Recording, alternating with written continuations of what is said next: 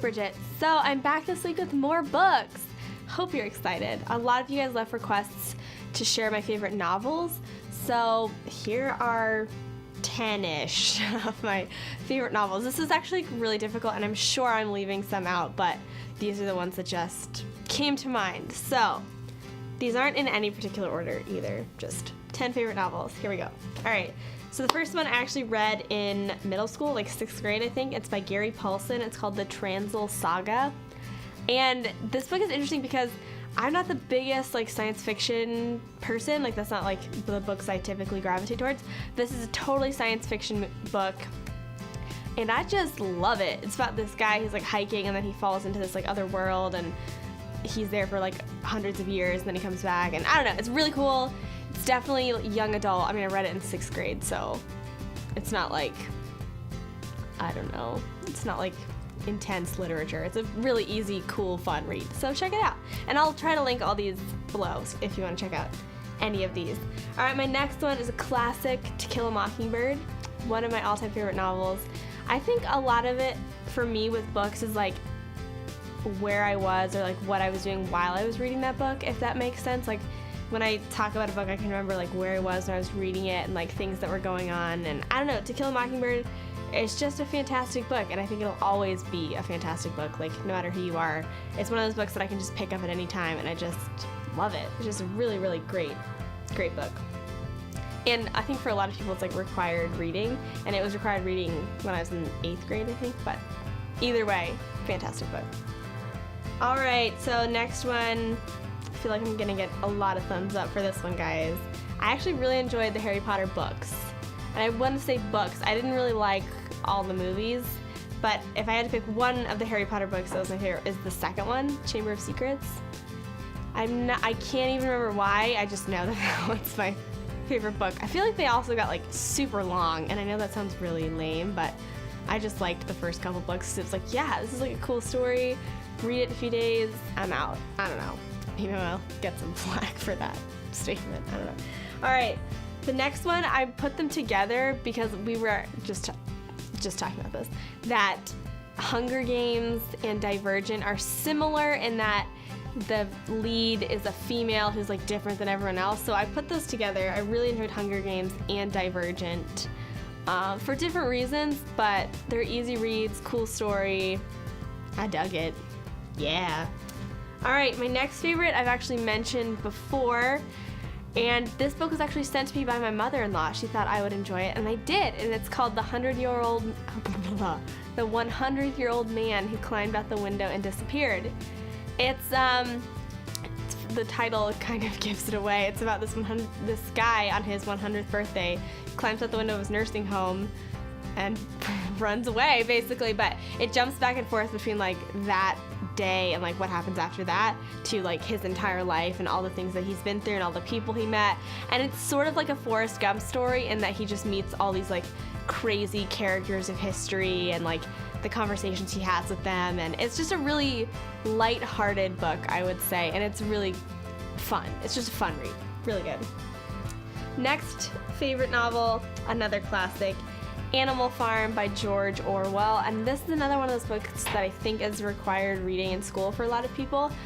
And it's another one of those books where like the memory of where I was and what I was doing is so attached to the experience of that book.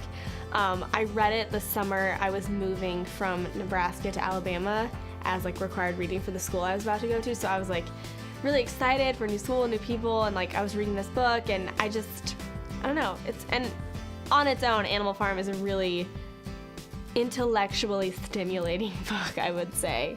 And if you haven't read it, I definitely suggest it.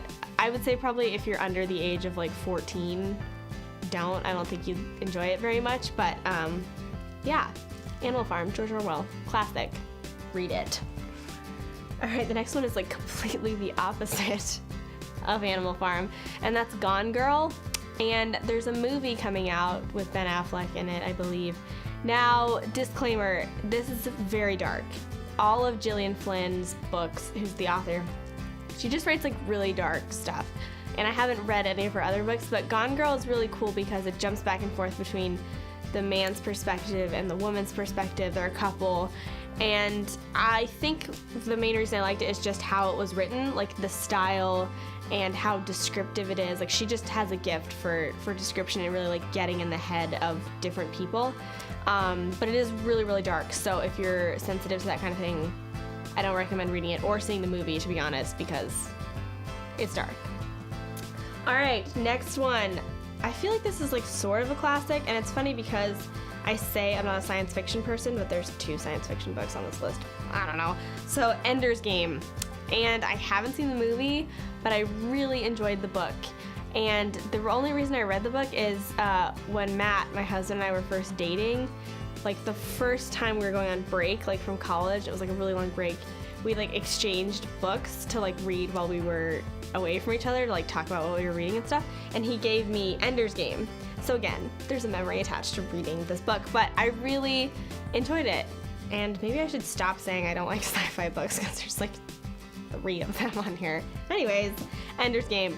I haven't seen the movie, so I can't really talk about that, but the book is fantastic, so definitely read the book, Ender's Game. All right, the last 2 are actually by the same author. The first is The Kite Runner, and there was a movie of this. I remember seeing it, but I remember thinking that I enjoyed the book more, just because I feel like books can take so much more time in like developing a character in a story than a movie, because the movie is like boom, boom, boom, like hour and a half, let's tell the story, get out. Like a book, I feel like you just can get a lot more with certain stories, and The Kite Runner is definitely one of those books. And maybe what I'll do in the description, I'll put like a link to the book and like a quick description, just so you can look through them and see if there's any ones that you like to read. So The Kite Runner, and then the same author also wrote a book called 1,000 Splendid Suns.